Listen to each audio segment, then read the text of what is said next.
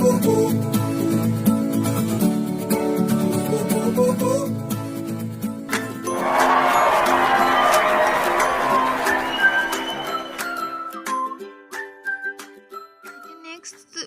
কৰাটো হৈছে যে আতুৰ ভৈলুহু হৰি বিষয় বিকলে কৰিও উদ্ধাৰমুখ চৰণ কমলে।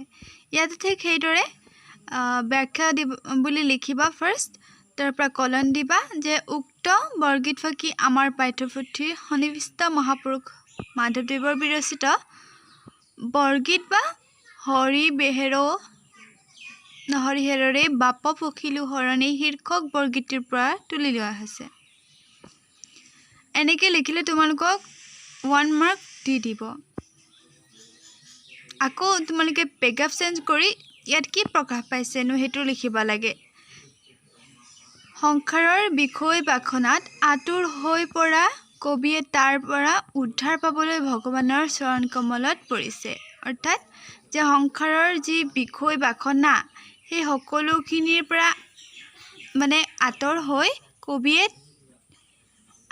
নিজকে মানে সংসাৰৰ মায়ামোহ সকলোৰ পৰা আঁতৰ কৰি নিজকে কবিয়ে ভগৱানৰ ওচৰত শৰণ ল'ব বিচাৰিছে ন, সেয়ে কৈছে যে চৰণ কমলত পৰিছে। এনেকৈ লিখিবা, সেইটোতো 1 পইণ্ট থাকে, 1 মাৰ্ক থাকে।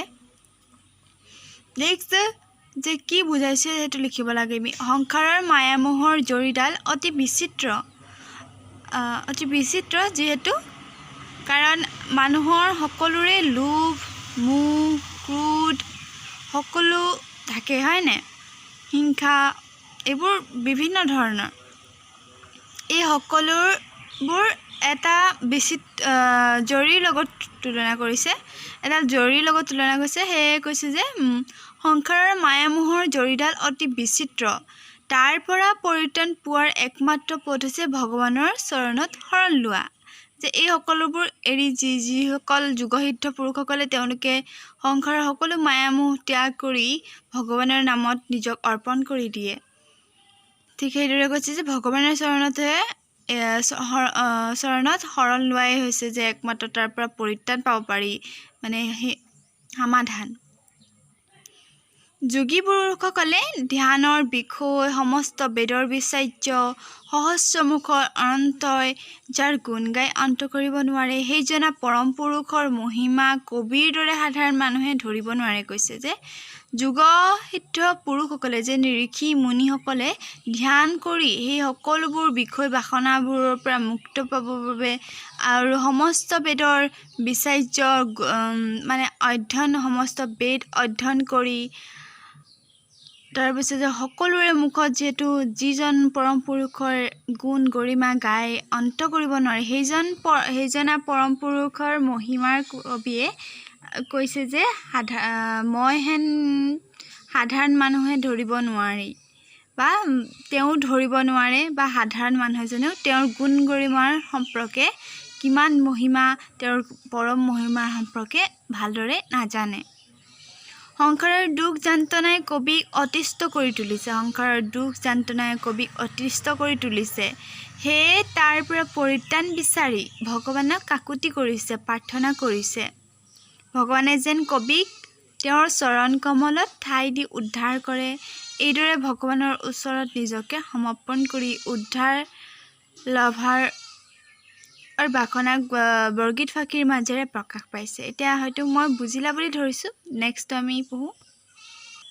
নেক্সট হৈছে যে তোমাৰ চৰণ দুই মোৰ মহাধন, ভকত জনৰে নিজ তুমিয়েই জীৱন। যে এইটো ঠিক সেইদৰে তোমালোকে ফাৰ্ষ্টতে লিখিবা ব্যাখ্যা বুলি, তাৰপৰা কলন দি আণ্ডাৰলাইন কৰিবা, তাৰপৰা লিখিবা যে উক্ত বৰগীত ফাঁকি আমাৰ পাঠ্যপুথিৰ সন্নিৱিষ্ট মহাপুৰুষ মাধৱদেৱৰ বিৰচিত হৰিহেৰৰে বাপ পখিলো হৰণে শীৰ্ষক বৰগীতটিৰ পৰা তুলি দিয়া হৈছে। তাৰপিছত পেকেট চেঞ্জ কৰি লিখিবা যে ইয়াত কি প্ৰকাশ হৈছে, কি অৱতাৰণা হৈছে, সেইটো লিখিবা যে ভগৱানেই হৈছে ভকতৰ ত্ৰাণকৰ্তা। আমি পাইছিলোঁ এইটো কি বুলি কয় যে ভগৱানেই সকলো নহয় জানো, ভগৱানেই হ'ল ভকতৰ বাবে সকলো সৰ্বোচ্চ, তেওঁৰ চৰণৰ যুগলেই যে ভকতৰ বাবে পৰম ধন, তেনে এটি ভাৱ প্ৰকাশৰ বাবে এই বাক্যই বৰগীত ফাঁকিত অৱতাৰণা কৰিছে বা প্ৰকাশ পাইছে। তাৰপিছতে যে যোগসিদ্ধ পুৰুষসকলেও যাক ধ্যান কৰে, সমস্ত বেদৰ যি বিচাৰ্য বিষয়, সহস্ৰ মুখ, অনন্তে যাৰ গুণ গাই অন্ত কৰিব নোৱাৰে, তেনেজনা অপাৰ মহিমাৰ গৰাকী ভগৱানৰ মহিমা কবিৰ দৰে সাধাৰণ মানুহে ঢুকি পোৱাৰ পৰা আঁতৰত বিষয় বাসনাৰ আঁতৰ হৈ পৰা লোকৰ পৰা মুক্তি একমাত্ৰ পথ হ'ল ভগৱানৰ চৰণৰ শৰণ লোৱাটো। কবিৰ বাবে সংসাৰখন বিৰক্তিকৰ হৈ পৰিছে। সেয়ে ভগৱানৰ চৰণত তেওঁৰ বাবে অলপমান ঠাই বিচাৰিছে আৰু ভকতৰ বাবে ভগৱানৰ চৰণ যুগলেই পৰম ধনৰ দৰে। ভকতৰ বাবে ভগৱানেই একমাত্ৰ জীৱনস্বৰূপ। এইদৰে ভগৱানে তেওঁৰ যে মুক্তিৰ পথ সেয়াই বৰগীত ফাঁকিৰ মাজেৰে প্ৰকাশ পাইছে। হনন যোগী যাহাকে ধিয়াই, সকল নিগমে যাক বিচাৰি নাপায়। ইয়াত কবিৰ প্ৰসংগত কাৰ বিষয়ে কিয় এনেদৰে কৈছে চমুকৈ লিখা। সেইটোত আমি ক'ব লাগিব যে ভগৱানৰ অপাৰ মহিমাৰ প্ৰকাশ কৰাৰ প্ৰসংগত কৈছে, হয় নাই? ভগৱানৰ বিষয়ে এনেদৰে কৈছে। ভগৱানক পোৱাটো সহজ নহয়। আমি জানো ভগৱানক পাইছোঁ? নাই পোৱা। এয়ে কৈছে যে হনন আদি যোগসিদ্ধ পুৰুষসকলেও যিজন পৰম পুৰুষক ধ্যান কৰে, সকলো বেদ অধ্যয়ন কৰিলেও যাক বিচাৰি পোৱা নাযায়, তেওঁৰ মহিমা অপাৰ যিহেতু, সেয়ে কৈছে যে সহস্ৰ লোকৰ মুখত অনন্ত যাৰ গুণ গাই শেষ কৰিব নোৱাৰে, সেইজনা পৰম পুৰুষৰ মহিমা মাধৱদেৱেও নাজানে আৰু তেওঁ জনাটো সম্ভৱেই নহয় বুলি কবিয়ে নিজেই কৈছে। সংসাৰৰ বিষয় বাসনাৰ পৰা আঁতৰ হৈ তেওঁৰ পৰা মুক্তি লাভিবলৈ কবিয়ে ভগৱানৰ চৰণত শৰণ ল'ব বিচাৰিছে, কিয়নো ভকতৰ বাবে ভগৱানেই একমাত্ৰ জীৱনস্বৰূপ।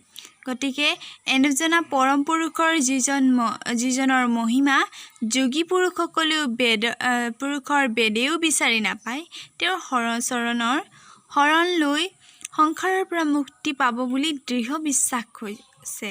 সেইবাবে কবিয়ে প্ৰশ্নোত্তৰ বৰগীত ফাঁকিত কৈছে।